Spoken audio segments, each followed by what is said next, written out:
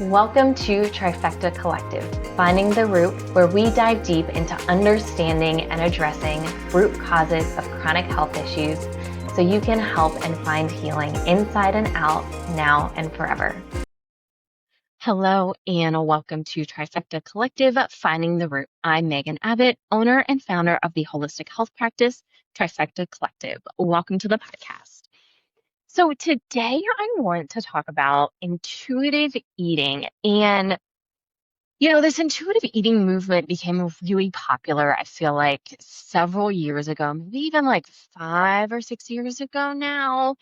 I think when I was starting to transition more into the real holistic health space, that I know it was really popular then. And I certainly still see people talk about it now. And think this is such a great concept, and I don't think everyone's ready to step into this. And I want to talk about, I largely eat this way, and I have a lot of experiences eating in a variety of other ways that I think has really set myself up to be able to eat in this fashion most of the time in regards to a pretty healthy kind of lifestyle. And I see people doing this really, really, really well.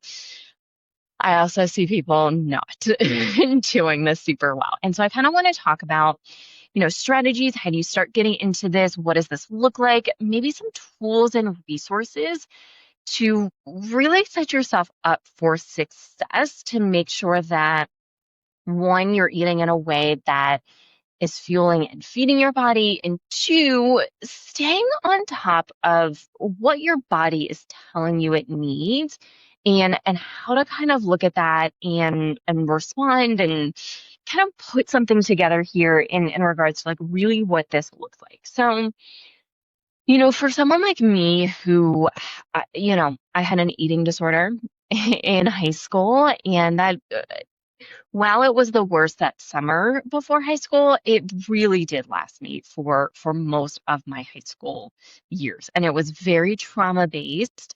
I know I've mentioned this before, but this, for me growing up with the amount of trauma and only child, single parent, alcoholic, this was one of the food was one of the few things I could control. And that's largely where my eating disorder came from, was just, this is something that I actually have control over, and I can manipulate my food. And it also stemmed from body image issues, thinking I was never skinny enough, especially when I started going through puberty. I got hips pretty fast, pretty wide hips. I got a significant backside, and that's just how I'm structured.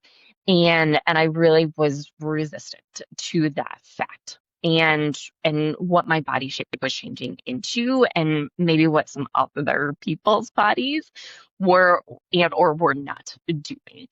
So that largely stemmed and fueled my eating disorder issue that lasted many, many years, was a significant issue for several months right before high school, and then got a little bit better and was still not great. And I felt like when I transitioned out of that, I went into a more kind of quote unquote standard disordered eating pattern. And for me, that really often looked like binging and restricting, where I'd restrict my food.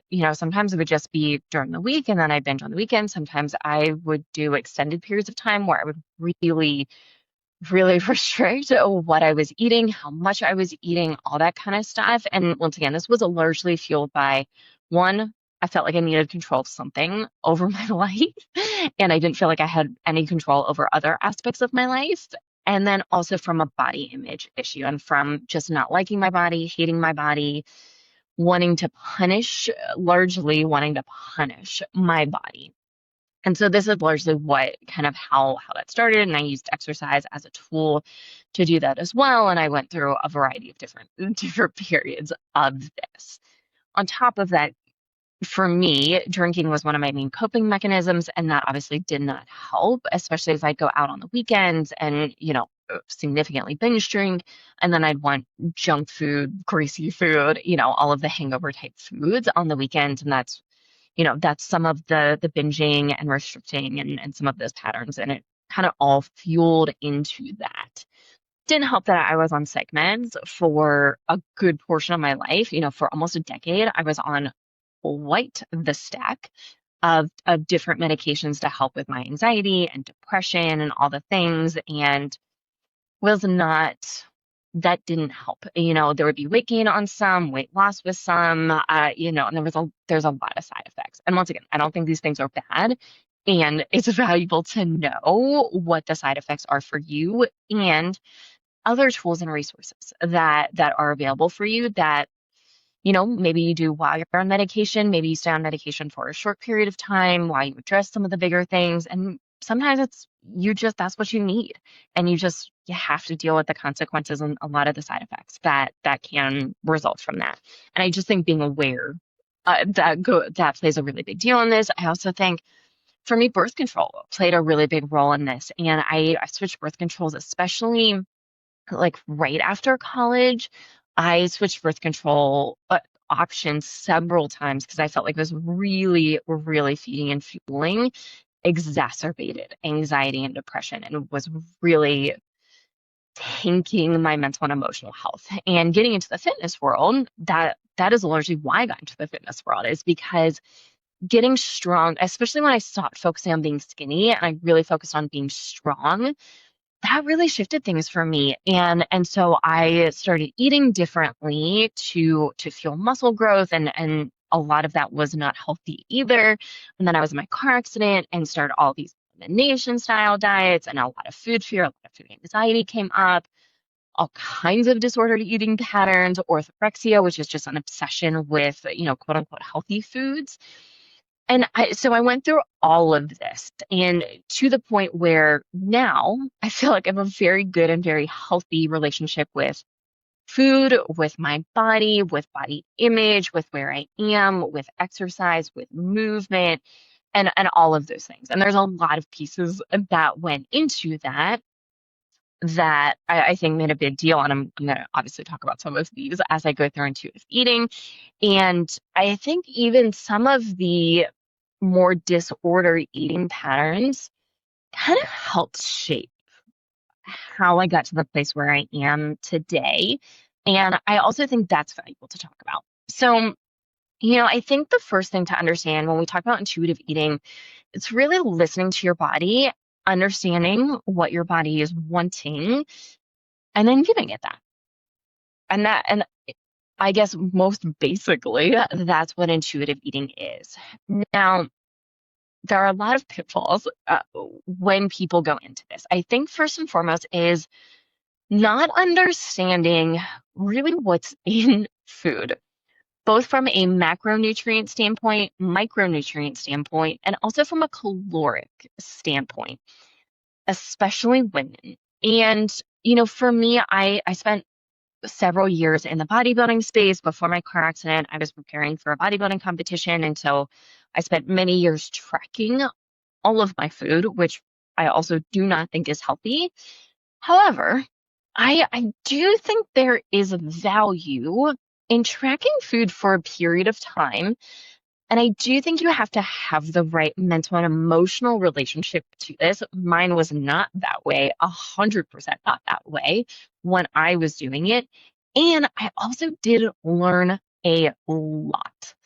And I think, whenever we have people track food within our practice, and usually if we're tracking food, it's for anywhere between 3 to 5 days, especially if we're doing macros or calories or really using an app versus just, we always do a food and mood journal at the beginning with every client that we work with. And really, it's not so much we're looking at, specific macro breakdown, although we have a general idea of some macronutrients that maybe someone is missing and or some imbalances. We also look at lab work to confirm some of that. We look at meal timing and snacking and all that kind of stuff too, but it's a little bit more broad. We're not looking for, I had 6 ounces of a roasted chicken breast for dinner with 1 cup of, we're not looking at that. We're looking at more just, I had chicken and broccoli and some white rice for dinner. Like, cool. How did you feel after you ate that? How did you feel beforehand? all that kind of stuff. That's what we're more interested in. However, with some clients, especially towards more of the end, if someone is in a pretty good spot and maybe does want to lose some weight, which, by the way, weight loss in general, I don't think is a bad thing. And I think people do it for the wrong reasons, largely for the wrong reasons, a lot of the time. And that really comes from body shaming, punishing your body because you don't like the way that you look, or you think you need to look a certain way to be loved, to be in a relationship, to succeed because society tells you to, blah, blah, blah, blah, blah. All of these things, which are 100% false, really across the board. But I think if you come from weight loss from a perspective of, hey, I want to feel really good in my body. I don't feel super comfortable at this weight. I love my body just how it is, and I'm totally fine with this. And I know I'm probably not feeding and fueling my body the best way possible to optimize my health, or I'm not moving my body in enough and or in ways that are very supportive of my long-term health, of my long-term healing, of aging, of whatever it may be. Those are very good reasons to maybe take a deeper look at your eating habits, at your movement habits, about lifestyle habits, about, your sleep, your water intake, all of these things. And by the way, we do all of these things when we work with clients. And we really look at health and healing from, internal, external, mental, emotional, physical, all of the things, because our body is not just the physical body. It is also mental and emotional. And we have the inside of our body and the outside of our body, and everyone's body is a little bit different, and all of that matters. So of course, when we go to track, and ideally we're in a good enough spot that, once again, we're coming at a weight loss perspective, intuitive eating perspective, a body transformation perspective of, I love my body, and I know it could feel a little bit better if I did some things a little bit differently. So, we might track for 3 or 5 days, and just, I would never, ever give someone a macro count unless I knew where they were at that moment. Once again, I see all these nutrition coaches and trainers and all these things like, okay, this is what your macros need to look like. And it's the same for everyone. If you're a female, this is what your calorie intake should be. If you're a male, this is what your calorie intake should be. Let's only look at your height. And this is what your caloric intake should be. Let's look at your total energy expenditure. This is, but just based on that, this is what your calorie intake should be. I don't think any of that is very accurate. And it really, I think it can do a really big disservice for a lot of people, especially women, because most of us do have body image issues and are starting from that place versus from a little bit more well-rounded. I want to fuel and feed my body. I want to support my body. I want my body to feel the best that it can. And movement and nutrition is a big piece of that, especially when we've done a lot of other type of work, whether that's bigger internal work, gut work, hormone work, toxin load work, any histamine work, all that kind of stuff.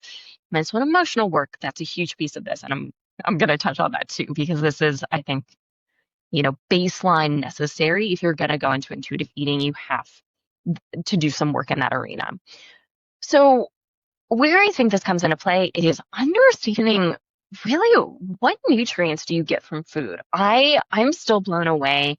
We get a lot of people come in and be like, and we talk about protein intake a lot, and people, especially women, are, oh, I have peanut butter. Peanut butter is my good source of protein, or eggs. I have 2 eggs for breakfast, and those are great sources of protein. Okay, well, if we really look at this, eggs are about 6 grams of protein per egg. So if you have 2 eggs, that is 12 grams of protein, which is not very much for a full meal, especially if you're only having 3 or 4 meals a day.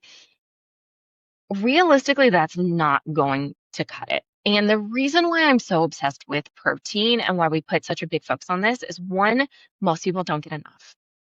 2, we know the research is so clear that, especially for women as we age, if we focus on a higher protein, a moderate to higher protein diet and way of eating, it limits the amount of bone mass that we or muscle mass that we lose, of bone mass and bone density that we use, the risk of osteopenia and osteoporosis goes down significantly, especially when paired with some basic strength training.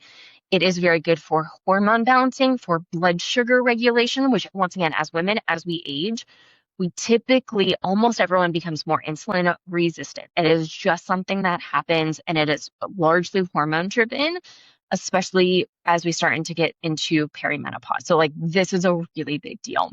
It's also really important for cognitive health. And if we look at some studies when it looks at especially Alzheimer's, people who are eating higher protein, once again, moderate to higher protein, typically we are seeing better outcomes and better long-term results, even when diagnosed already. And there are thoughts that Alzheimer's is a blood sugar dysregulation based driven disease.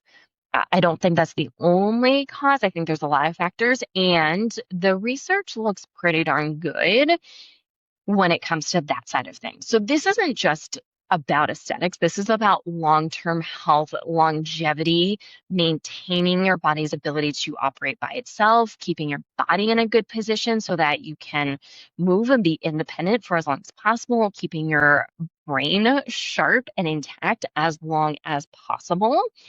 And so if we're consistently not getting enough protein, and I do think you can do this as a vegetarian and or vegan, I do think it's much, much, much harder. You have to be very, very intentional about it.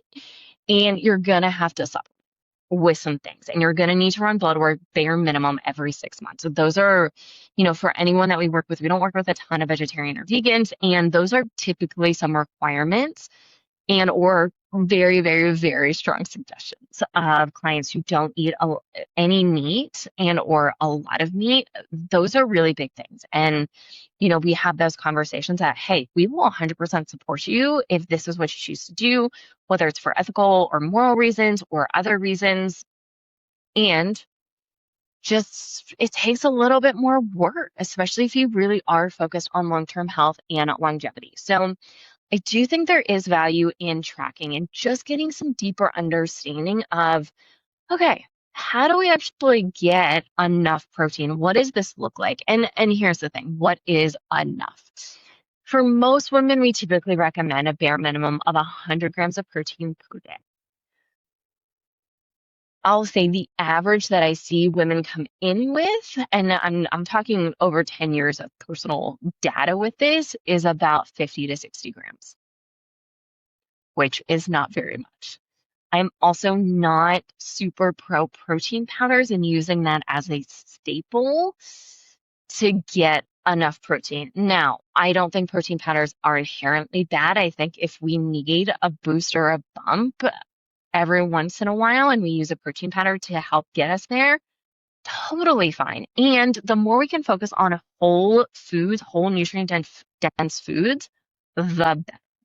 And there's oftentimes less calories, it's oftentimes less chemicals and other additives and other ingredients.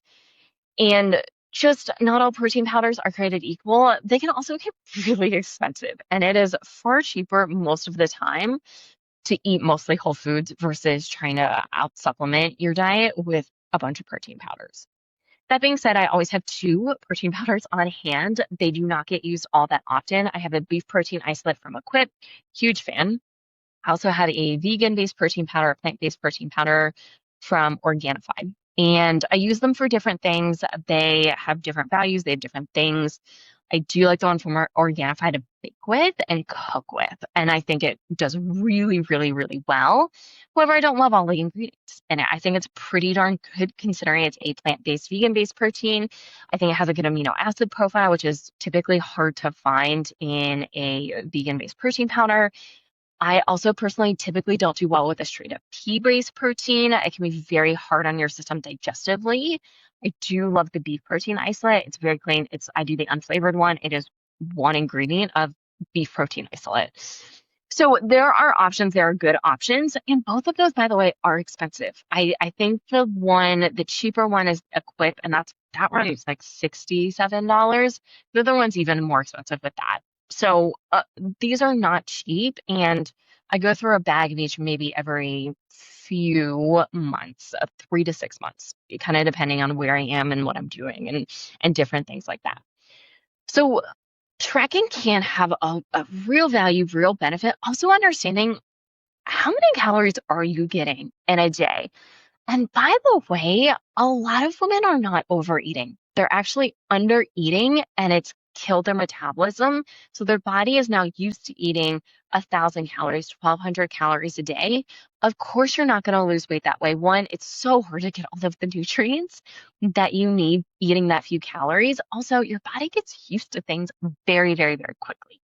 And so if you've been eating 1,200 calories for years, you're going to have to drop your calories in order to lose weight. And if you don't want to we don't want to decrease your calories, well, then we need to send the signal to your body that your body needs more calories to maintain, which is where strength training really comes in. Now, that doesn't take into account all of the internal work that needs to be done, because remember, weight loss is really about stress.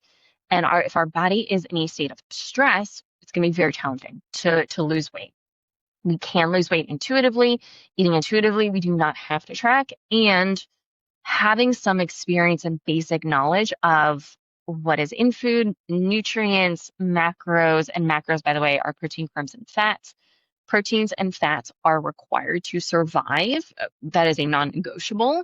And carbohydrates are very valuable for most people.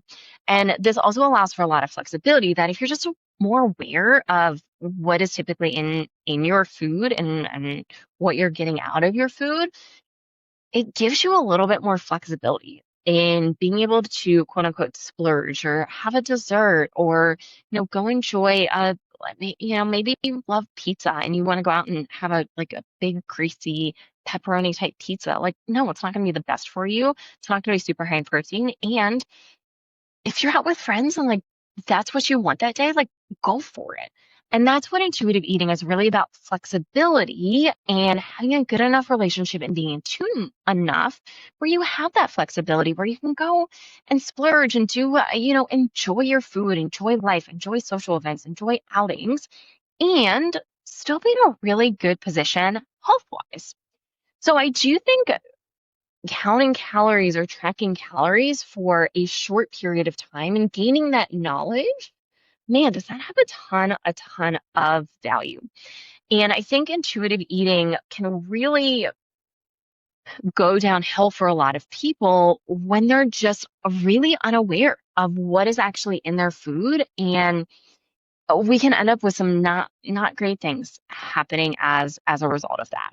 So I think if you don't have any background knowledge of nutrition and calories and macros and even micronutrients and what this really looks like, I think it can be challenging to eat intuitively and really support your body oftentimes the way it needs to be supported. So that is something to think about when you're going into intuitive eating. I think another thing to really think about is your relationship with yourself, your body, food, and even your relationship to exercise and to movement. And what does this really look like? For me, and I know I've shared this before, but I am not the skinniest I've ever been. I am not, I'm not the strongest I've ever been. And I'm the happiest with my body that I've probably ever been in my literally my entire life. And that's because I've done so much work on trauma healing, on nervous system regulation, on the mental and emotional side of these things. And I'm very in tune with my body, arguably sometimes too in tune. I think there are some dangers with that. And I've just have a really healthy relationship with where I am. And if someone thinks I'm not in great shape or, whatever it may be, that's fine. Cool. That is a reflection of you and your trauma and your patterns and your thought processes. It's not a reflection on me. And that's taken me a really long time to understand and to come to grips with. And it's something every once in a while something will come up, but that's really where I am. And that's why it is very easy for me to intuitively eat at this point, because I am very in tune. And so what does this really look like? Well, once again, I think we need to have a baseline relationship of love with our bodies. And, for me, several times throughout my healing journey, I've really had to check in with myself. And I've had many conversations with coaches and healers and people that I'm working with about this because of my background of over exercising, of exercising because I hate my body, of eating and restricting because I hate my body, and not from a place of love. And when I've brought this up, I've been, it's usually one of two things. One, I want to pretty drastically change my workout programming, where I feel really called to do, like go back into a bodybuilder program. I felt that a couple times, or go into a powerlifting style program where, I'm going to be pushing my body a bit and focusing on potentially fine tuning some different areas of my body, which once again, I think is totally fine. And I've had to really check in with myself, and I've had to use tools and resources of other people that I've worked with to check in with myself of, hey, what is my motivation behind this? This is okay. And what is my motivation? And do I feel okay with where my motivation is coming from? Am I coming from a place of hate, of punishing my body? Or am I coming from a place of, hey, this sounds fun, or this sounds really intriguing right now? Just, it's something different. It's something new. It's something I haven't done in a while. I've really enjoyed these style programs before. And am I doing it for the right reasons, essentially? And same thing with the nutrition, where I, like, hey, I think I do want to track a little bit, or I think I want to shift how I'm eating a little bit more. And usually that's going to be typically lower carb and or higher carb. That's typically where I'm going to come from when it comes to a lot of this. I know my protein intake is generally speaking okay. Yes, I'm sure I could do better. No, I don't know exactly where I am on my protein intake. I know I'm getting at least 100 grams a day. I do still measure out a lot of times, not all the time, my protein, especially if I'm going to do, a salad or chicken and some veggies, and maybe some rice or potatoes or something like that as a meal, and everything's kind of cooked separately. I'll measure out my protein, and I'll typically measure out anywhere between 6 to 10 ounces of my source of protein, kind of depending on where my body is, what my movement looks like. If I'm not, right now I'm closer to about 6 grams of protein at a meal. Oftentimes breakfast looks a little bit different, but for lunch and dinner, that's often what I'm going to aim for. Just my calorie intake is not super high right now. I'm not moving a ton, largely because I haven't felt very good for several weeks now. And my fiance is getting ready to finish up his cancer treatment, in which case I'm going to be back into a little bit of a more normal routine and schedule when it comes to movement, in which case all of this will change all once again. And it's not from a place of I hate my body. I just know when I get back in the gym and I'm strength training a little bit more consistently, my appetite's going to go up because my body's working on building muscle. Great. Well, my protein intake is absolutely going to be a big piece of that. I'll probably increase that, and just keep an eye on my carbs, and may increase a little bit as I feel like I need to support my recovery and support the muscle building process. And that's largely what this looks like now when I'm looking to switch things up or change things up, or getting back into routines or switching up routines and things like that. But once again, it's from a place of, hey, I know I feel better mentally and emotionally when I'm strength training consistently. Two, my body feels better. Just pain is lower. My body just overall feels better.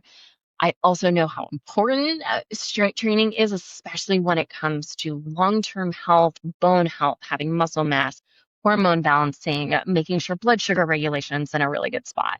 So like all of those things I'm very aware of, and I'm very conscious. And I think hopefully at this point, if you've been listening for a while, that for me, my whole health journey now is really about longevity.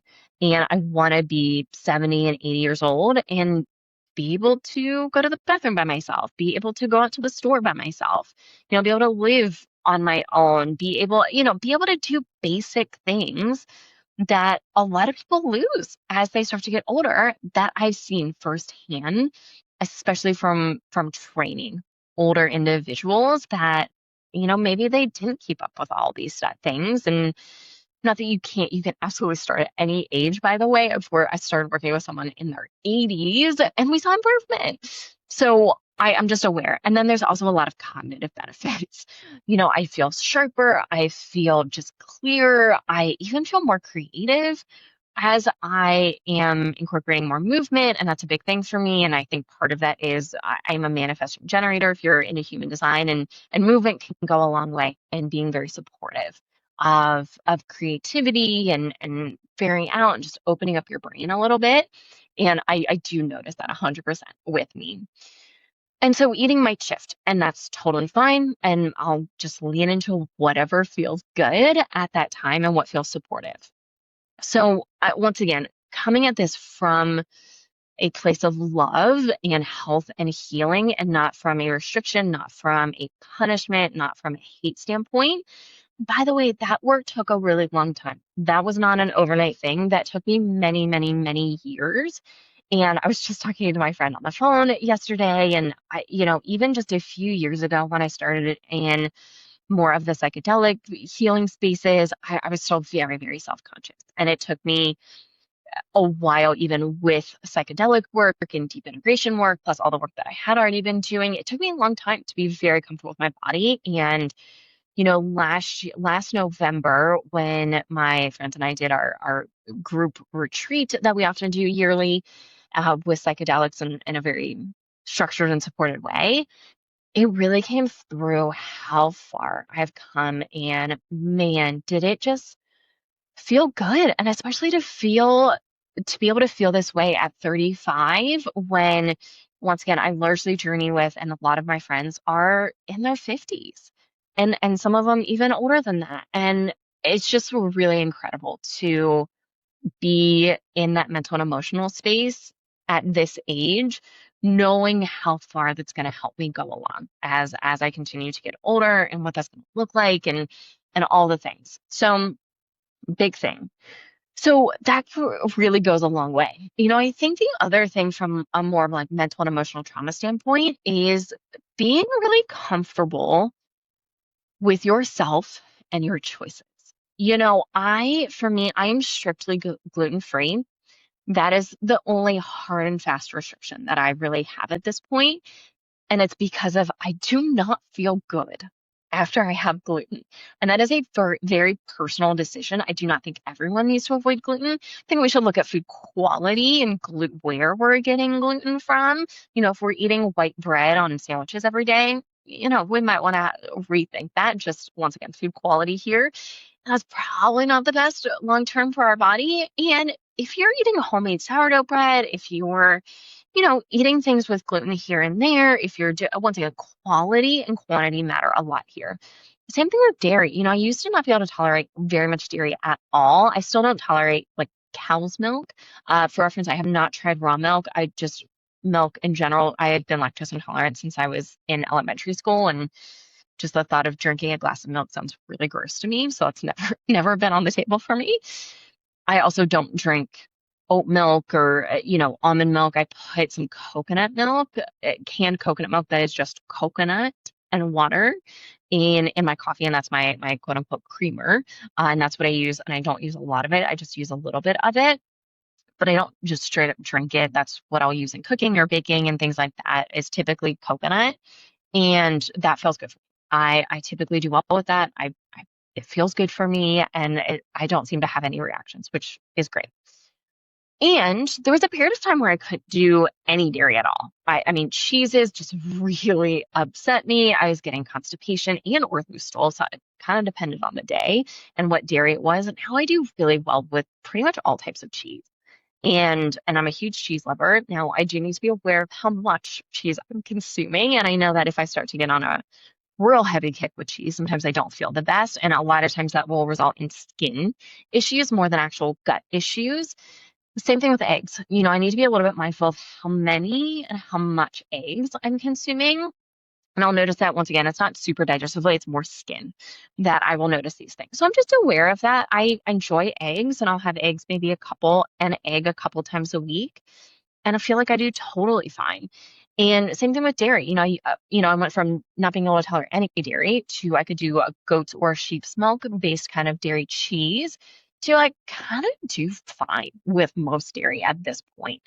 So these things all matter too. And understanding, hey, this is how I feel when I eat this food, that goes a really long way and is super, super important. And if you are going to lean in intuitive healing, you need to understand that, okay, how am I feeling with this? Am I feeling good? Does this feel supportive? Do I feel really bad every time I eat this? In which case, maybe I don't want to eat it very often. Maybe it is a treat here and there, and that's totally fine. So those are all kind of things to think about when it comes to intuitive eating. So I think those are the big kind of bullet points when I think about intuitive eating, and also understand that it's not science. There's no fast and hard way to do this. I also think some people really like structure, and I get asked a lot, hey, I just need to know what diet, like what food should I eat, what foods should I not eat? And I hate that question. I get it a lot. I understand where it comes from. And I eat what you want, what sounds good for you, and eat that. And let's just be aware of what you're eating. Are we getting good proteins? Are we getting good fats? Are we going too low carb? And just being very mindful of that. And what feels good for you. And understanding that food reactions, by the way, are also temporary. And that largely depends on your immune system and your gut health. And if those things are off, we may need to do a little bit of deeper work so that you can lean more into the intuitive eating perspective. And if you want that much control, and if you really want to know, hey, just give me a diet, put me on it, that's what I want, you probably aren't ready for intuitive eating. And there's a deeper mental and emotional component to this that absolutely needs to be addressed. You probably have an all or nothing mentality as well, which also does not vibe well with intuitive eating. Intuitive eating is really about the flow and leaning into this. Like, are you craving sugar? Like, okay, well, maybe why are you craving sugar? Am I trying to cover up an emotion? Do I feel happy? Do I feel sad? Do I feel annoyed? Do I feel overwhelmed? And I just want to eat as the result of that, which is okay, by the way. And it's important to acknowledge that it is playing a role and doing additional work around that, because that is really, really important. And we need to be in a very good and healthy mental and emotional space if we are going to intuitively eat, especially long term. And all or nothing does not do well when it comes to this. So those are things to be aware of. I think the other big thing to be aware of here, and kind of I think my last point around this, is staying on top of your labs. Okay, based on what you're eating and your intuitive eating, what maybe are you missing out of your nutrition, out of what you're putting in your body? And can we adjust to make sure our body is properly supported as a result of this? And once again, I get a lot of women come to us intuitively eating, and they're essentially eating almost no protein, in which case their stomach acid has plummeted, which, by the way, is also a contributing factor to not wanting or not liking or digesting well proteins. The other thing that can happen, especially if you have an aversion to red meat, and it's some of this can be moral and ethical, and a lot of it can be from underlying disease. Lyme disease in particular, Lyme and Lyme co-infections play a really big role in our desire to eat red meat. And this can be all red meat, but usually it's a little bit more targeted to beef. And most people will do okay with things like a bison or a lamb that is still darker, but and a redder type meat, and not maybe a little bit different than cow beef. So that is also something to consider. And so I think that's an important part of this too, is what underlying things do you have going on? What underlying things is your lab work showing us at this time? In which case, getting labs run every 6 to 12 months for most people is a really, really good idea, so we can stay on top of this. For me, the last labs that I just ran on myself not long ago showed low zinc and copper. And so it's like, okay, where am I not getting zinc and copper from, and what may be supportive to start adding in more of, so I can boost those levels naturally? Yes, I am taking a supplement to also support this. And I don't want to be on a supplement forever. I don't want to have to take that supplement forever. So what else can I add or shift or change to my diet, to what I'm currently eating, that are going to be supportive on increasing those levels? We'll often see low stomach acid production. That'll show up in lab work, in which case, okay, We need to do some work around stress management, on cofactors that are required to produce stomach acid. We also need to look at how we're eating and what we're eating. We know that we need protein to eat protein to stimulate stomach acid production, in which case making sure we get protein at every single meal, super important. And also starting with that meal with that source of protein can go a really long way. And so that can be super, super helpful. So just once again, just understanding this, that I think intuitive eating on the surface is great and awesome and something to strive for.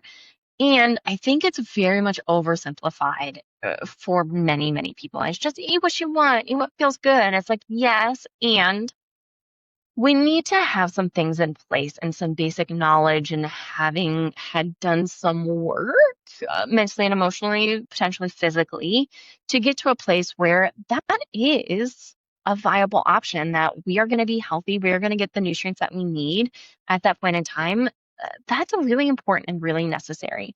So if you are intuitive eating, if you're thinking about, that's the way I want to go, I hope this just gave you some things to really think about. If you have any questions, obviously feel free to reach out to us, social media, email info@trifectacollective.net. If you have additional questions, comment, let us know, and I'll be more than happy to answer any and all questions that may come up for you around this. So thank you for listening. As always, please subscribe, follow.